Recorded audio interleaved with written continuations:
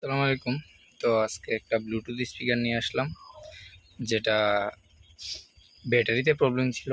তো আমি ওই ব্যাটারিটা চেঞ্জ করে একটা নতুন ব্যাটারি লাগিয়ে দিয়েছি। তো এটা দুইটা স্পিকার রয়েছে এটার, আর এটার ব্যাক সাইড। তো এটা পুরোটাই খোলা হয়েছে, পুরোটাই এটার বডিটা এটা যে এখানে।